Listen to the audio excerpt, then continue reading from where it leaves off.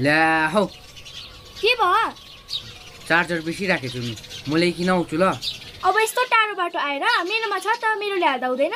जुनसुकै चार्जरले हाल्नु हुँदैन नि त, बल्ल बल्ल किनेको फोन भरे बिग्रियो भने म ल्याइकिन आउँछु, तिमीहरू बस्दै गर ल। ल आऊ छोरी, म यहाँ बस्दै गरौँ।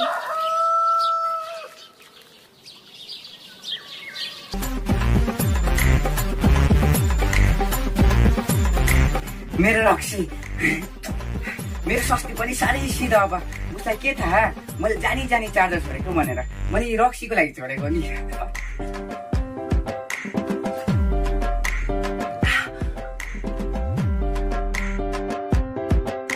अब यति खायो भने मजाले ससुराली पुगिन्छ।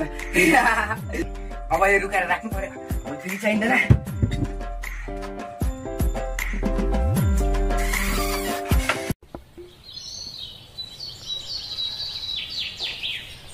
दुर्गा कहिले आएको थिइस् माइत? कृतिसमा दिदी पो रहेछ। म त हिजो नै आएको थिएँ कि आज फर्किहालेको। उता घरमा पनि टिका लगाउनेहरू आइरहेको छ है।